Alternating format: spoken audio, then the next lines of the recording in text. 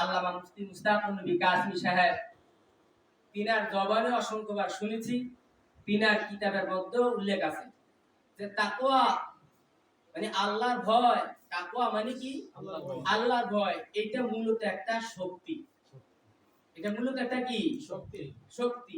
আপনার mobile charge দেন নাই, দেখতে যেমন, চার্জ দিয়েছেন দেখতে তেমন। বলেন, চার্জ দেন নাই, মোবাইলে চার্জ নাই, এই মোবাইল দেখতেও যেমন, আবার চার্জ আছে সেটাও দেখতে তেমন।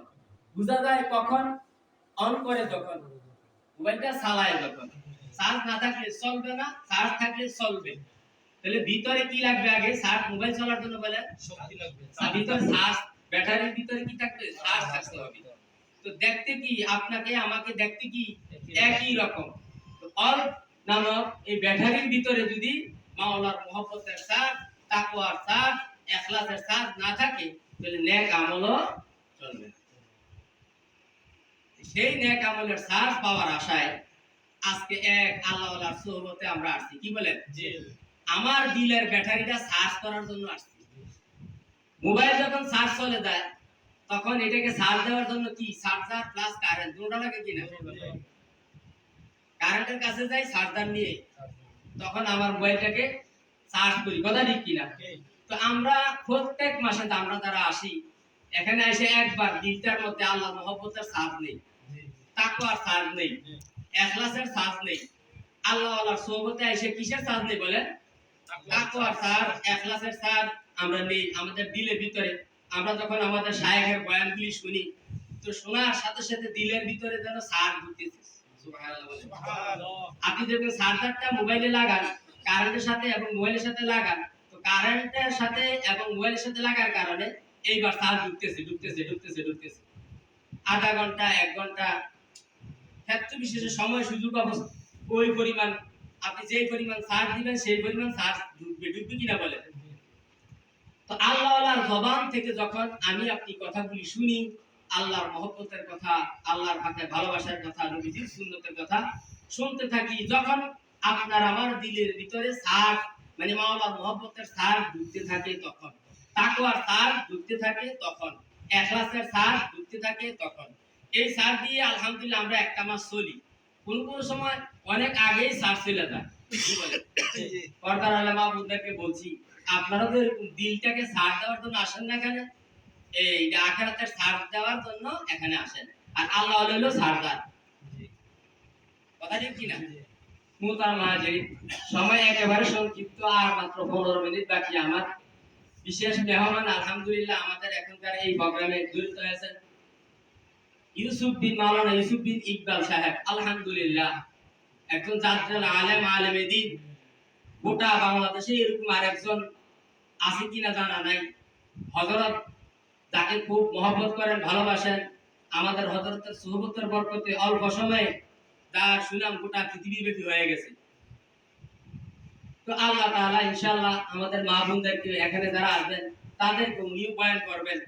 আমরা তো কিছুই না, কোটি কোটি ভাগের এক ভাগও না। আমরা আসি ওনাদের কাছ থেকে একটু আমাদের দিনটাকে সার্ভ করে নিচ্ছি, এই আর কি। যদি এর ভিতরে যদি আল্লাহ পাক তৌফিক দান করেন, মেহেরবানি করেন, আশা যেন আল্লাহ তাআলা আমাকেও যেন মাফ করে দেন।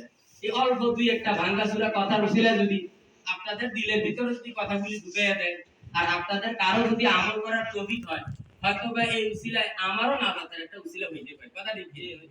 আলোচনা করবেন ওনারা। তো আমি আপনাদের সম্মুখে যে আয়াত এখানে পেশ করছিলাম সূরা হাশরের শেষের দিকের আয়াত, 18 নম্বর আয়াত। আয়াত এখানে পেশ করছিলাম বিসমিল্লাহির রহমানির রহিম। ইয়া আইয়ুহাল্লাযীনা আমানুত্তাকুল্লাহ ওয়াল তানজুর নাফসুম মা কদ্দামাত লিগাদ ওয়াত্তাকুল্লাহ ইন্নাল্লাহা খাবীরুম বিমা তা'মালুন। আজকে যে গরম পড়ছে, সামান্য কয়েকদিনের গরমে মানুষ অতিষ্ঠ। এই গরম যার হুকুমে আসলো, কার হুকুমে বলে? আল্লাহ। গোটা পৃথিবী ব্যাপী যে গরম পড়ছে, সূর্য তো আগেরটাই একটু ভলিউম বাড়ায়া দিয়েছে।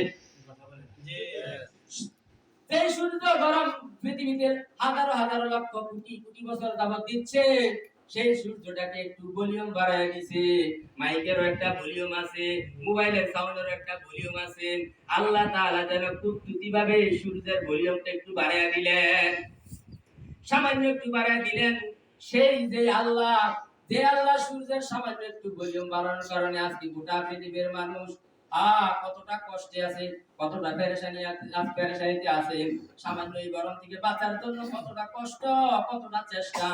সেই রব আল্লাহ পাক রব্বুল আলামিন তিনি আমাকে আপনাকে কিয়ামত পর্যন্ত যত আল্লাহর বান্দা আছে তাদেরকে উদ্দেশ্য করে নবীজির কাছে বলেন, ইয়া আইয়ুহাল্লাযীনা আমানু, হে ঈমানওয়ালা বান্দাগণ, তোমরা যারা আমি আল্লাহকে মহব্বত করো, আমি আল্লাহকে ভালোবাসো, আমি আল্লাহর উপরে ঈমান এনেছো। কাকে ডাকেছেন? আল্লাহর বান্দা। দুনিয়াতে ইহুদিরাও আল্লাহর বান্দা, খ্রিস্টানরাও আল্লাহর বান্দা, হিন্দুরাও আল্লাহর বান্দা, বৌদ্ধরাও আল্লাহর বান্দা। অন্য কোন বান্দাকে ডাকেন না, শুধু ইমানদার বান্দা যারা, আল্লাহকে ইমানদার বান্দা কারা? আল্লাহকে বিশ্বাস করে যারা, আল্লাহকে বিশ্বাস করে যারা ইমানদার বান্দা তারা। ইমানদার বান্দি কারা? আল্লাহর উপরে বিশ্বাস রাখে যারা, আল্লাহর উপরে বিশ্বাস রাখে যারা ইমানদার বান্দি তারা। পর্দার আলের মা বোনেরা, আপনাদের দিলের ভিতরে কি এক আল্লাহ আছে? এই বিশ্বাসটুকু নাই? আল্লাহ এক, এই কথাটুকু বিশ্বাস আছে যার, ইমানদার সে। ইমানদারকে এক আল্লাহ একজন আছেন। আল্লাহ কতজন? একজন আছেন। এইটা বিশ্বাস করে যে ইমানদার সে।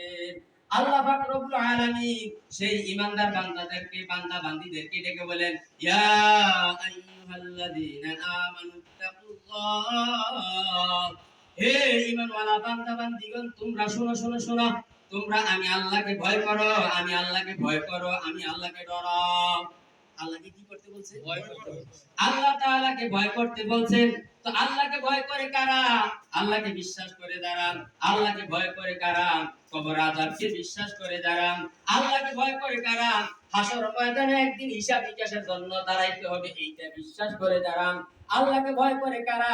ডান হাতে অথবা বাম হাতে আমলনামা দেওয়া হবে, এইটা বিশ্বাস করে যারা। আল্লাহকে বিশ্বাস করে কারা? ফুলসিরাতের ফুল পার হইতে হবে, এইটা বিশ্বাস করে যারা। পরকালের এই বিষয়গুলি বিশ্বাস করে যারা ইমানদার তারা। আর ইমানদারদেরকে বলছে আল্লাহকে ভয় করতে। বুঝা গেল, ইমানদার অনেকেই কিন্তু আল্লাহকে ডরায় না অনেকে। ইমানদার